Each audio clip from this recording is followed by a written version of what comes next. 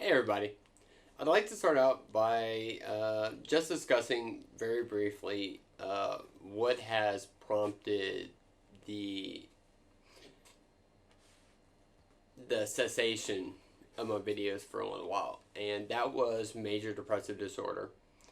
I went into a major depressive funk, and I couldn't get the medicine that I needed, and one thing led to another, and it's taken me this long to get back out of that hole.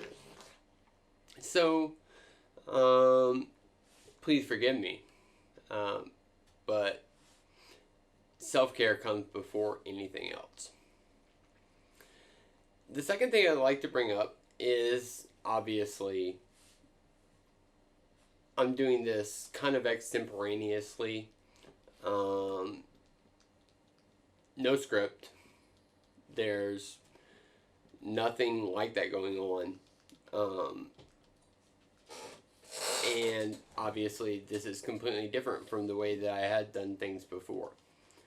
So in that respect also, please bear with me. Now, the topic that I'm going to be talking about today is atheism.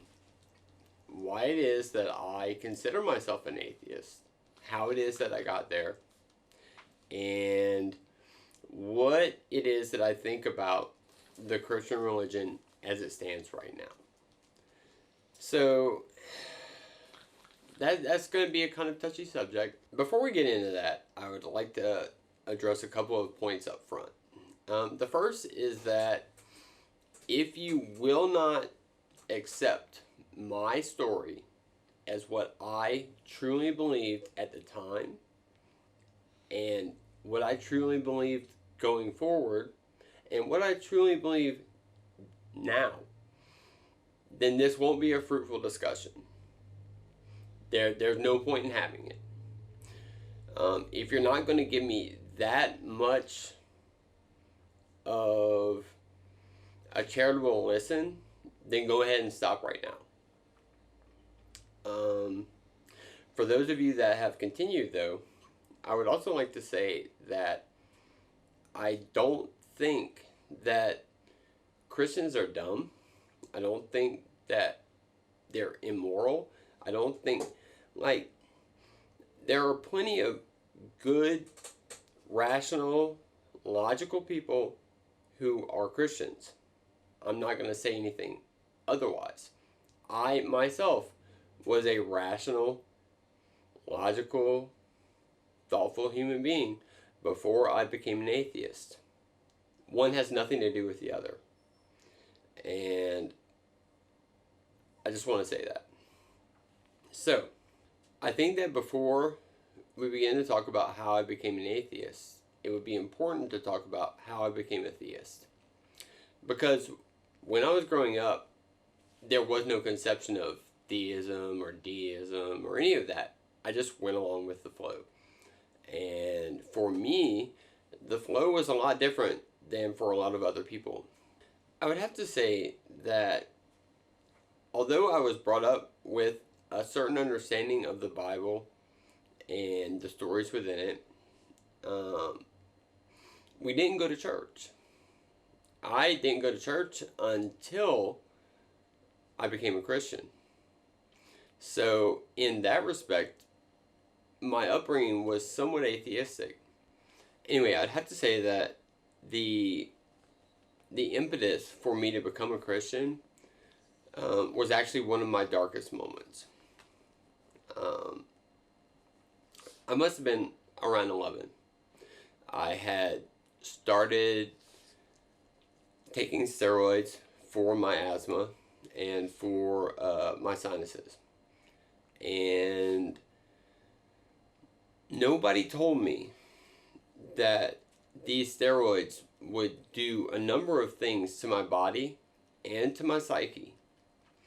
They didn't tell me that I would balloon overnight. And I did. I went from less than 90 pounds to 150 almost overnight. They didn't tell me that my moods would vary wildly and that I would get so angry at the drop of a hat. So there was that. And one night, I hit my mom. And of course, I was immediately regretful. I was mortified that I would ever even think about doing something like that. But that still didn't erase the guilt that I felt. And my mom took me to a neighbor's, and that neighbor, through the course of like a half hour, eventually asked me if I wanted to accept Christ in my life and become a new person. Yeah, I said yes. And I did. I became a new person overnight. And I'm not going to discount the transformative effect that religion has on people. The problem with it is that sometimes that transformation can be to the negative. That's also neither here nor there. None of these is a concern that brought me out of religion entirely. But these are all just things that I've either come to understand over the years or that I understood at the time. So for the next 4 to 5 years, up until, let me see, 9th grade. So that was 14, maybe 13, probably 14. So next 3 years, basically, I was a very devout Christian. I thought I knew it all. I thought that the entire world who did not think like I did was going to hell. And at the same time, I still had empathy for all of those human beings. I can't express just how psychologically harmful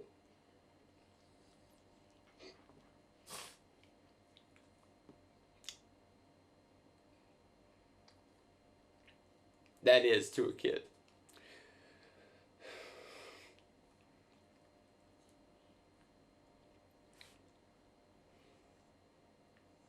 But it is.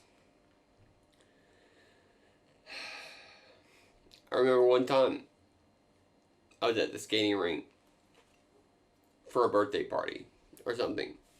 I believe that my younger brother had gone to, and I just went because that was what my family did.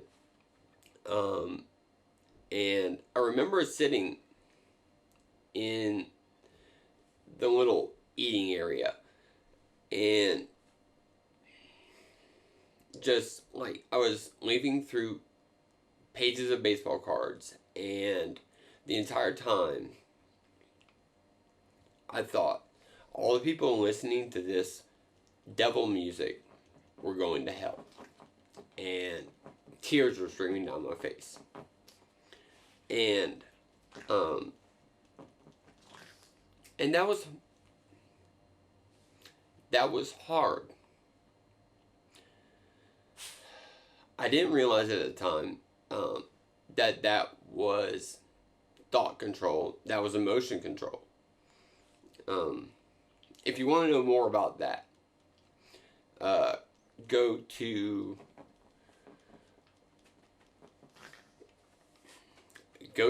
Telltale's channel, and he will go through the bite model with you for various religions and or cults and or ways of thinking. But looking back on it, that was definitely hard emotional control. Another time, I remember asking my pastor if the people across the street from me were going to go to hell because they were Catholic. He said yes. Just to cut a long story short. Like, that was a horrible church to be going to. Even worse was the fact that I was also attending the school that the church was attached to. After the 8th grade, I realized, mostly because that year, the valedictorian of my high school, of that Christian school, couldn't pass the entrance exam for the local college. This one, ULL, or at the time, USL. That was a wake-up call. From the time that I went to high school up until college, I was a Christian, but I was a searching Christian. I wanted to find something different that didn't exclude people. Just to be clear, the church that I went to in the beginning was the First Assembly of God. They were a non-denominational church, whatever the hell that means, because First Assembly of God is a denomination. I decided that wasn't for me, and I went around looking. I went to Baptist churches, I went to Episcopalian churches, I went to, strangely enough, for where I lived, which is South Louisiana, I didn't go to a Catholic church. But I found what I needed, and I didn't consider anything further. Then I went to college, and for the first couple of years, I was still a Christian until I took a course in Asian religion. And at that point, I was exposed to religions where, as opposed to the Christian one, which said, if you don't believe this, then you're going to hell. On this side, you had people saying that if you didn't find what you were looking for in this tradition, then you should try another.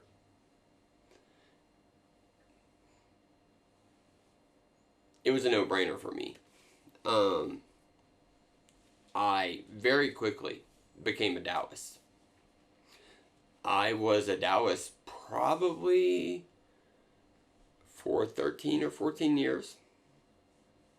I remember that the one time that I've been to jail, and that was actually back in New Iberia, where I'd come back to, and they asked me in the jail what my religion was, and I said Taoist, and they were like, huh? But that's neither here nor there. My embrace of atheism wasn't until I went to college the second time. Although I was a Taoist, I realized that I wasn't a Taoist in the true sense of the word. I was a follower of the philosophy of Taoism, and not necessarily the religion of Taoism. And at the same time, as I was following that path, I had also become an apatheist. One of the things that I always said, because I didn't really understand what I was talking about, was that I'm not an atheist because I don't have enough faith to be an atheist. And that's just ludicrous. We'll talk about the reasons why in a second. But, so I called myself an agnostic for a while, for a long time. And actually, I think that is what gave my mom some solace in those years. Was that although I wasn't a Christian per se, I was still open to the fact. Sometime in the next phase of my education, which happened much later, I realized that I was an atheist, and I began talking about myself as an atheist. I like on dating websites. My religion was always given as atheist because that seemed like the most honest answer to give. So it isn't like I just woke up one day and decided that I hated God, or that I liked some other God, or that some other interpretation of God was more acceptable, or that that I just wanted to sin, or that I don't even know what. None of those is the reason why I became an atheist. The reason why I became an atheist is because I don't believe. That's it. I don't believe. Unless somebody can give me some kind of proof beside the personal experience that I fully accept as evidence for any of those claims, any kind of God claims, all across the world, personal experience is fine. I need something more. Most atheists need something more. And until we get it, we're going to keep asking. Or until, you stop butting into our politics. Either way, what I want to say is that for the atheist community, all of our paths there are completely different. Like, you will hear something in my story that resonates with you. Just like I had plenty of experiences with genetically modified skeptic and Paulogia and Vice Rhino especially, when they talked about their deconversion, because there were aspects of it that I wholeheartedly agreed with, but there were aspects that I didn't.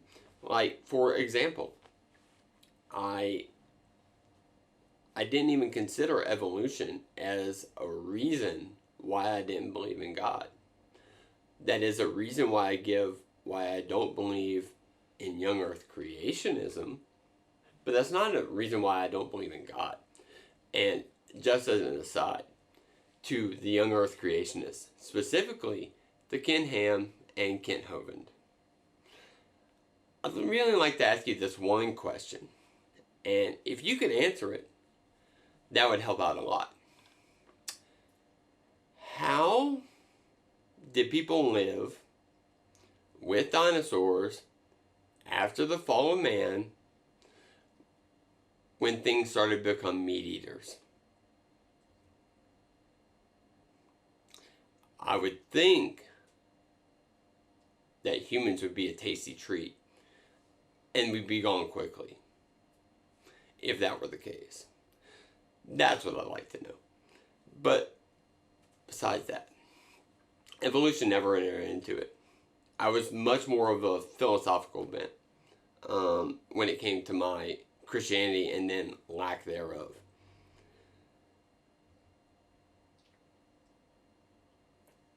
However, given what I have learned since then, all of the evidence continues to point to natural explanations for everything in the universe. And not a single time has a supernatural explanation been preferred over a natural one.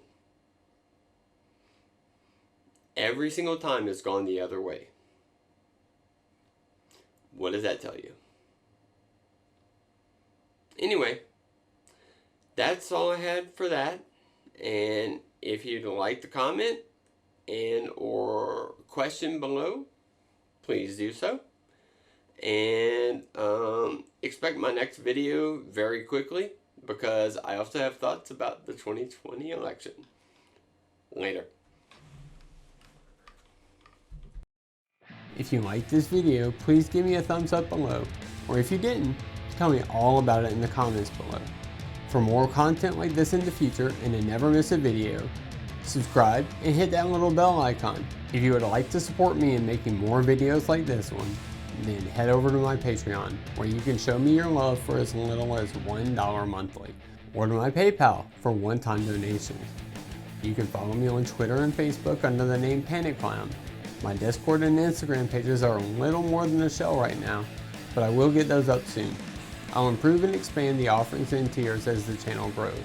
But for now, your views, comments, and likes are the best support you can give. Thanks!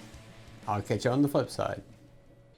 Until someone can give me some evidence besides their personal, experiential, that's wrong.